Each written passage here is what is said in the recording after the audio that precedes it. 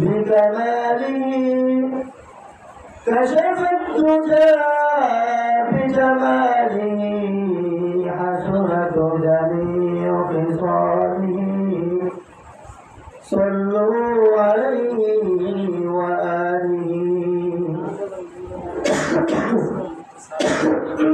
الحمد لله معزز مكرم প্রাণ প্রিয় মুসল্লি ভাইরা, সর্বপ্রথম সেই মহান রব্বুল আলামিনের দরবারে শুকরিয়া জ্ঞাপন করছি, যিনি আপনাকে আমাকে বড় আদর করে ভালোবেসে জুমার নামাজ আদায়ের লক্ষ্যে পবিত্র করে এনেছেন।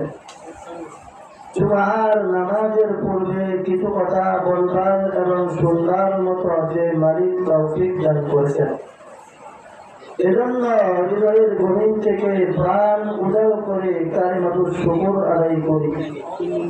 আমরা সকলেই বলি আলহামদুলিল্লাহ। মুহতারাম হাজিরিন, আল্লাহ পাকের অশেষ ও ফজল ও করমের আল্লাহ তাআলার কাছে আরো শুকরিয়া আদায় করি, যিনি আপনাকে আমাকে সুস্থ রেখেছেন। আপনার আমার মতো অনেক মানুষ আজকে দুনিয়ার বুকে বেঁচে নাই, আজকে তারা দুনিয়ার বুকে বেঁচে নাই, কিন্তু আল্লাহ তাআলা আপনাকে আমাকে হায়াতে তৈয়বা দান করেছেন। এজন্য আমরা আরো শুকরিয়া আদায় করি, বলি আলহামদুলিল্লাহ। মুহতারাম হাজিরিন, আজকে আমাদের আলোচনার বিষয়বস্তু হচ্ছে নামাজ নিয়ে। আমাদের সমাজের অনেক মানুষ আমরা 5 ওয়াক্ত নামাজ আদায় করি। আমরা যে 5 ওয়াক্ত নামাজ আদায় করি, আমার নামাজটা কি হচ্ছে কি হচ্ছে না তা আমরা অনেকেই জানি না। ঠিক না ঠিক? আমরা অনেকেই 5 ওয়াক্ত নামাজ আমরা আদায় করি। আমরা এমন ভাবে নামাজগুলো আমরা আদায় করি যে নামাজ আদায় করার কারণে আপনার আমার নামাজ কাল কিয়ামতের ময়দানে আপনার আমার বিপক্ষে দাঁড়িয়ে দেবে, বলেন নাউযুবিল্লাহ। আমরা এমন ভাবে নামাজ পড়ি, নামাজের ভিতরে আমাদের খুশু নাই। আমরা এমন ভাবে নামাজ পড়তেছি, আমি যে নামাজ পড়তেছি একজন মানুষ যদি আমার দিকে তাকায়, তাহলে ওই মানুষটা মনে করে যে আমি নামাজের ভিতরে নাই। অর্থাৎ আমি যখন তাকবীরে তাহরিমা বলে নামাজ আদায় করি, আমার মন অন্যদিকে চলে গেছে। আমি কোন রকম ভাবে রুকু সিজদা করে আমি উঠে যাইতেছি। যদি এমন প্রকার নামাজ আমরা আদায় করি, তাহলে এই নামাজ তো কবুল হবেই না, বরং এই নামাজ আপনার আমার জন্য অনেক ক্ষতিকর কারণ হয়ে যাবে। এই খুশু অনুযায়ী অনেক আয়াতে কারিমা আল্লাহ তাআলা কোরআন শরীফে বলেছেন। আল্লাহ তাআলা বলেন, ফাওয়াইলুল লিল মুসাল্লিন আল্লাযীনা হুম আন সালাতিহিম সাহুন। আল্লাহ তাআলা বলেন, তারা নামাজ আদায় করে, তারা গাফেল অবস্থায় নামাজ আদায় করে, তারা নামাজের ভিতরে দাঁড়িয়ে থাকে, কিন্তু তাদের মন তাদের ব্যবসা বাণিজ্যের ভিতরে।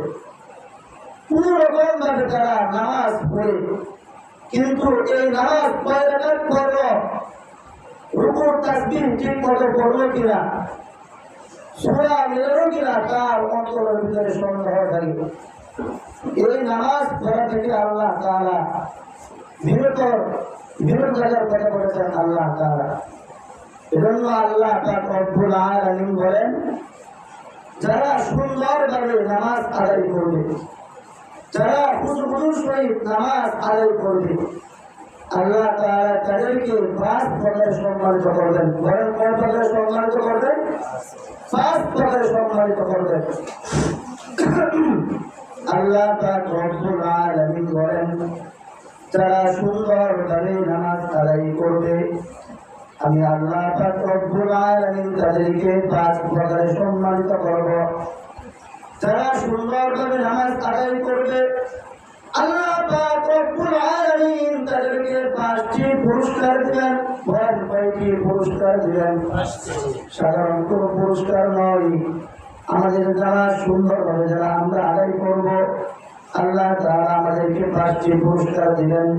এবং যারা নামাজ আদায় করবে না, যারা গাফেলভাবে নামাজ আদায় করবে আল্লাহ তাআলা তাদেরকেও 5টি পুরস্কার দিবেন। অর্থাৎ যারা সুন্দরভাবে নামাজ আদায় করবে আল্লাহ তাআলা তাদেরকেও 5টি পুরস্কার দিবেন। আর যারা ভালোভাবে নামাজ আদায় করবে না, বেনামাজি নামাজ আদায় করবে না, আল্লাহ তাআলা তাদেরকেও 5টি পুরস্কার দিবেন। দুটাই পুরস্কার, এই দুটাই পুরস্কার। একজন আল্লাহ তাআলার হুকুম আদায় করার জন্য আল্লাহ তাআলা পুরস্কার দিবেন, আর আরেকজন আল্লাহ তাআলার হুকুম না মানার কারণে আল্লাহ তাআলা পুরস্কার দিবেন। এ সাধারণ কোনো পুরস্কার না, এটা এমন কিছু পুরস্কার যে পুরস্কার গুলা পাওয়ার পরে আল্লাহ তাআলা আমাদেরকে বিনা হিসাবে জান্নাত দিবেন। বলেন সুবহানাল্লাহ। এজন্য আল্লাহ তাআলা বলেন, আমি এই বিষয়ের উপর বলতেছি, আল্লাহ তাআলা বলেন তোমরা দুনিয়াতে এমন ভাবে চলাফেরা করো, তোমরা নিজেকে